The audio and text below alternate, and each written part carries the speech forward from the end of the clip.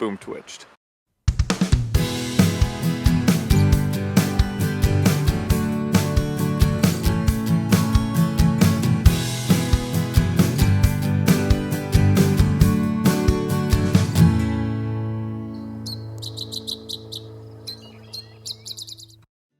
There are many different events in the world of birding.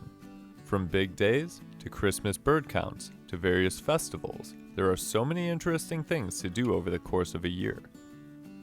Last year, we added our own event to the calendar, Global Twitch Day.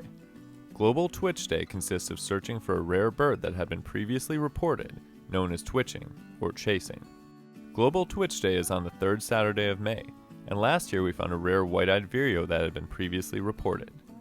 This year, I headed out to the western part of the state to try and find some rare birds. Hey everyone, this is Ryan from Badgerland Birding. I am here with my friends Chris and Colette, and it is Global Twitch Day. There's actually a painted bunting up north that we could chase today, but instead we're going to go out to the western part of the state and try for multiple different birds that are considered rare. Some are considered regionally rare, and some are rare for the state as a whole, so we're going to see what we can get. Our targets for the day included many species rare for the rest of the state, but not necessarily in the specific places we were looking.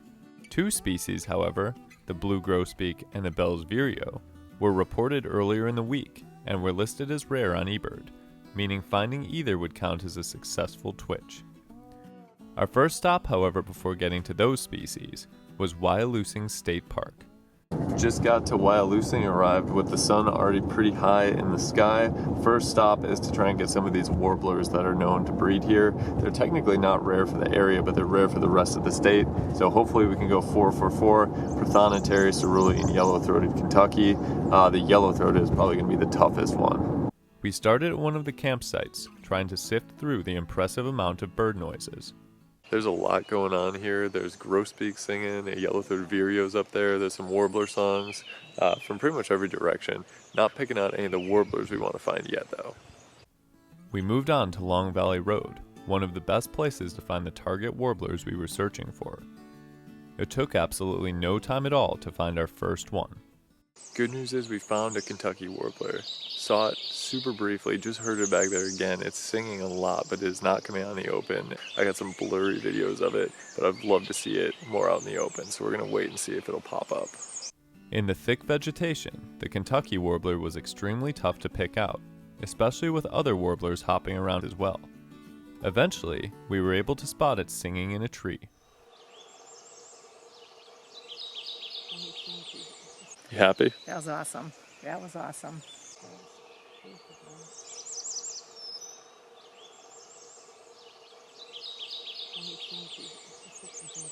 Got looks at the Kentucky warbler, so that was really cool. It's kind of rare to get that species out in the open like that, so it was really nice. Now we're turning our attention to the cerulean warblers that we're hearing all over the place, but they're hard to spot because they're high up in the canopy. So we'll see if we can get a look at one of those, but we're hearing them everywhere. Checking off our first target, we drove down the road waiting to hear a cerulean warbler that was in an opening or closer to the ground. Eventually, we heard a good candidate and got out to see if we could spot it. We quickly got eyes on one of these beautiful birds up in the trees, offering pretty nice views of this canopy-dwelling species. Shockingly, while we watched, we saw some cerulean warblers at eye level in the trees. The cerulean warblers here are absolutely insane right now. There are so many, and they are absolutely popping off with their vocals. That trill noise that you can probably hear in the background right there is the cerulean. So we got looks at one really down low. I didn't get a lot of video of it because I was so shocked at how low it was, but what an experience. While we watched the cerulean warblers putting on a show, we also got up-close views of an extremely cooperative Acadian flycatcher, and a stunningly boisterous prothonotary warbler that came right up to us by the road and sang. This part of the road was truly wild while we were there, and we even got another chance at seeing a cerulean warbler at eye level.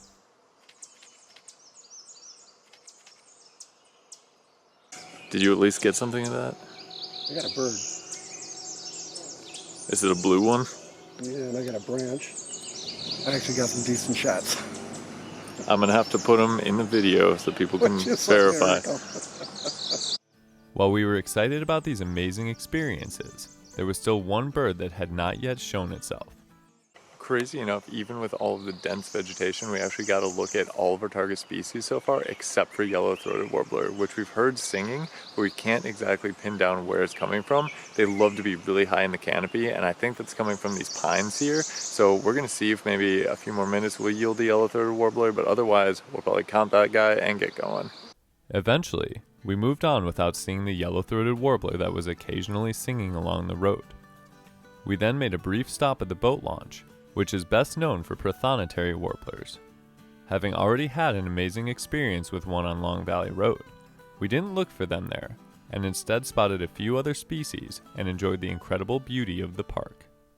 We're briefly checking out the boat launch, which is actually one of my favorite places at Wyalusing just because of the beauty of the Mississippi River. So you just see clear to the other side with all these bluffs and trees. It's absolutely gorgeous. The weather is really nice too, and the bugs are not too bad. Getting all our target birds, it's a great day so far. Having a lot of success at Wyalusing and seeing most of our targets, we moved on to our next location.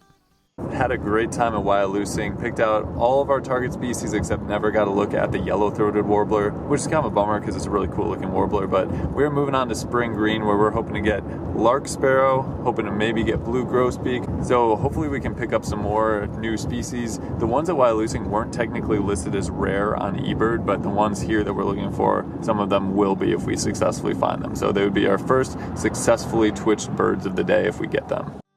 Spring Green Preserve is a desert located in the southwestern part of Wisconsin.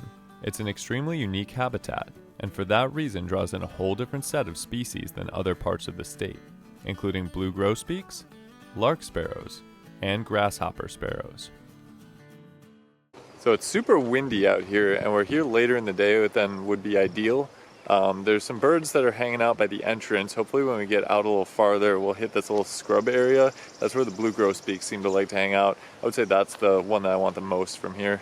We walked through the breezy conditions into the open spaces of the preserve. Here we quickly spotted eastern meadowlarks, and one of our targets, the grasshopper sparrow. Many of these birds were sitting up on grasses and branches singing. Other than these birds and a few other common species, the preserve wasn't yielding our targets. Spring green kind of a bust so far. Just got grasshopper sparrow, no sign of blue grosbeak, no sign of lark sparrow. We'll start working our way back and maybe something will pop up, but so far no dice on any of those. After way more effort than it usually takes, we finally caught sight of a typically common species in the area that we were hoping to find. Finally got lark sparrow, and that's probably the hardest I've ever had to work for one of those. It seems like the wind has kind of got everything tucked down right now, and that's where that lark sparrow was just right on the bottom part of a tree. So glad we got it. Not considered rare for this state in this particular area, but still a nice bird to find. Missing on the blue grosbeak, a species that would have counted as a twitch, we moved on to our last shot at twitching a bird on Global Twitch Day. Disappointed about the blue grosbeak, but we are now at a dog training site that is known for Bell's Vireos, which are considered rare. And the good news is, I hear it right from over there. Let's see if we can get a look at it. We quickly got eyes on the Vireo, marking a successful twitch. Gotta look at the Bell's Vireo. That means successful Vireo twitch 2 years in a row. Maybe we'll get some better looks. Even if not, still counts. Boom, twitched. We checked out the rest of the area, finding a great crested flycatcher, chipping sparrows, and even another lark sparrow that at this location was marked as rare. Feeling good about our day as a whole, we decided to call it quits and headed home. Just got done with our Global Twitch Day, and we were able to find the Bell's Vireo along with several other birds that are rare for the state, but not quite rare in the region we found them in. Still a super fun day to be out looking for birds, adding a bunch to my state list for the year, and just having a bunch of good times in the beautiful weather. Hope you enjoyed Global Twitch Day as well. Some of the most fun experiences I've ever had birding have been chasing after a rare bird that had been previously reported. Something about it always has the feel of a natural scavenger hunt, and it was nice to succeed in our attempts 2 years in a row. Did you participate in Global Twitch Day? If so, what did you find? Let us know in the comments below. And as always, thanks for watching. We'll see you next time on Badgerland Birding.